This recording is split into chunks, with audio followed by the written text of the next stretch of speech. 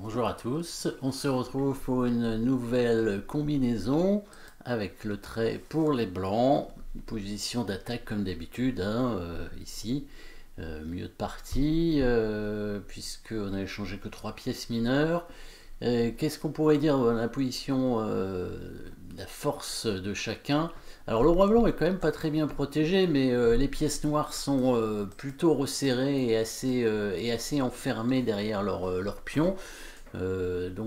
Pas vraiment de menace en direction du roi blanc.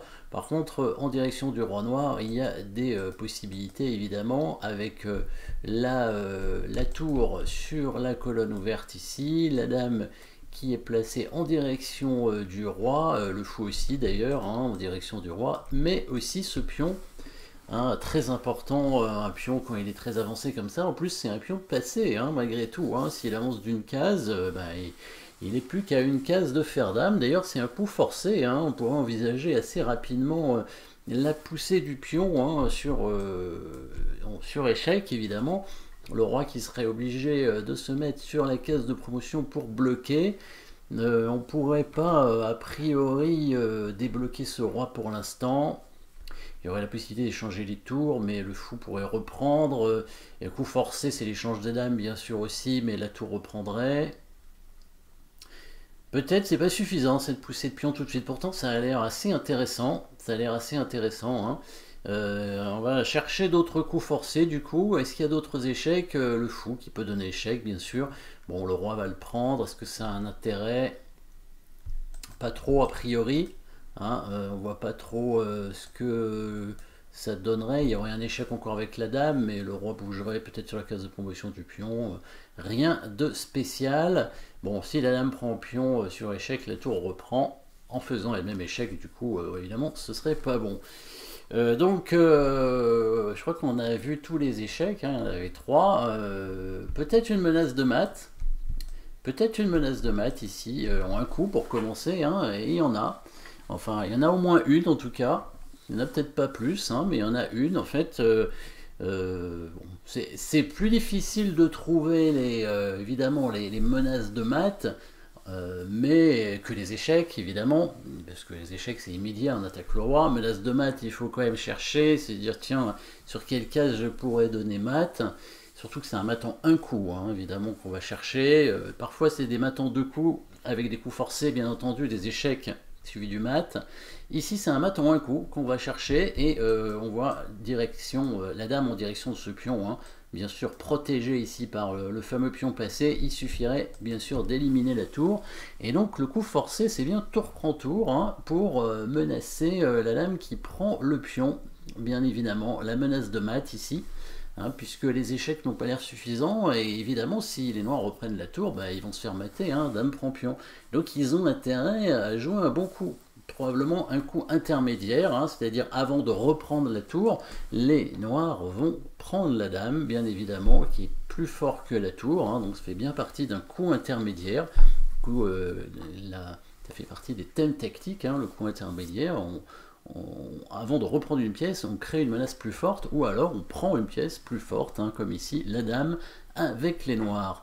Et donc si les blancs reprennent, évidemment, cette dame, en plus, ils vont se retrouver avec la tour ici non protégée, qui va être prise sur échec, donc un danger quand même.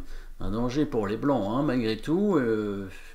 Il n'y a pas grand chose de très intéressant, à moins qu'il y ait un coup intermédiaire, évidemment. Encore une fois, pour contrer un coup intermédiaire, rien de mieux qu'un autre coup intermédiaire. Donc les noirs ont pris la dame, quelle menace plus forte on pourrait faire avant de reprendre la dame? Comme il n'y a pas de pièce plus forte que la dame, il n'y a que le roi qu'on peut attaquer, évidemment. On peut dire que le roi, évidemment, est plus fort que la dame, si on veut, entre guillemets. En tout cas, est plus important, ça c'est sûr. Donc, attaque du roi. Donc, échec, parce que là, on ne peut pas se permettre de menacer mat maintenant, puisque la dame noire va commencer, si jamais elle prend la dame blanche, la dame noire va commencer à s'amuser un peu sur le roi blanc. Donc là, on va vraiment faire un échec. Il reste pas grand chose comme échec. Alors la tour blanche a pris la tour noire. Si on prend le pion, En G7, c'est pas intéressant parce que la dame noire peut prendre la tour, hein, sachant que les noirs ont pris la dame, donc ils peuvent la rendre contre une tour, et du coup, ce sera que des échanges, tout ça, hein, puisque les blancs auront échangé les dames, la tour et même le pion passé, hein, donc c'est vraiment très embêtant de donner ce pion. C'est bien sûr lui qui va nous faire gagner. Hein, j'essaye pas de spoiler la fin, mais on va bien le trouver en tout cas. L'échec intermédiaire, évidemment, c'est pas le coup de tour qui prend le pion, c'est bien le pion qui avance ici. Et oui, le petit coup de pion qui avance pour menacer d'aller à dame après. Alors, sachant que cette fois, le roi ne peut plus se mettre sur les cases de promotion à cause de la tour qui donne mat en F8. Donc le roi serait obligé de prendre la tour, bah, ce qui est quand même intéressant pour les noirs a priori, hein, de prendre la tour. Et maintenant, qu'est-ce qu'on fait? Eh oui, parce que là, c'est toujours pareil. Si on prend la dame avec le pion, la tour noire va prendre la tour blanche. Et sur échec. Et donc, on va perdre une tour. Sauf que notre pion, comment il fait pour l'arrêter?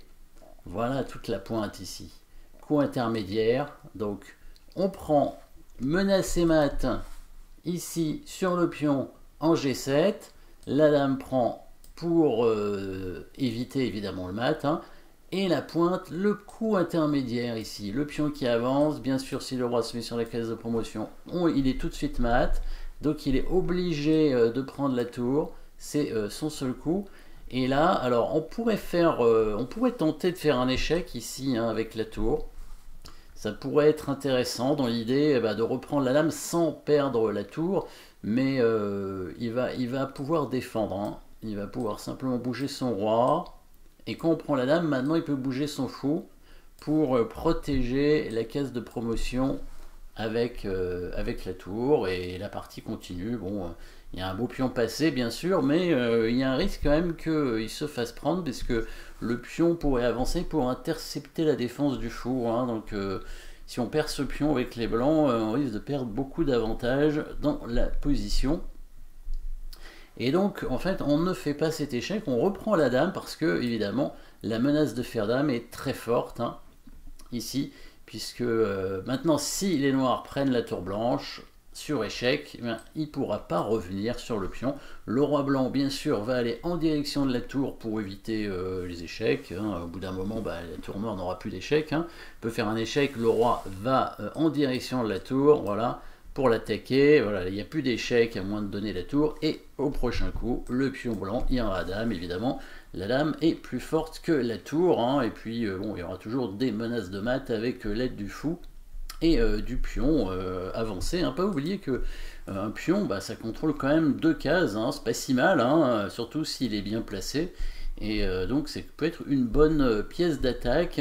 Il y avait rien à faire ici avec les noirs, parce que si les noirs bougent le fou, vous avez certainement vu le bon coup ici pour les blancs, hein, qui permet de dévier bien sûr la tour de la rangée de la case de promotion, avec le petit sacrifice de qualité ici. Tour prend fou, simplement échec.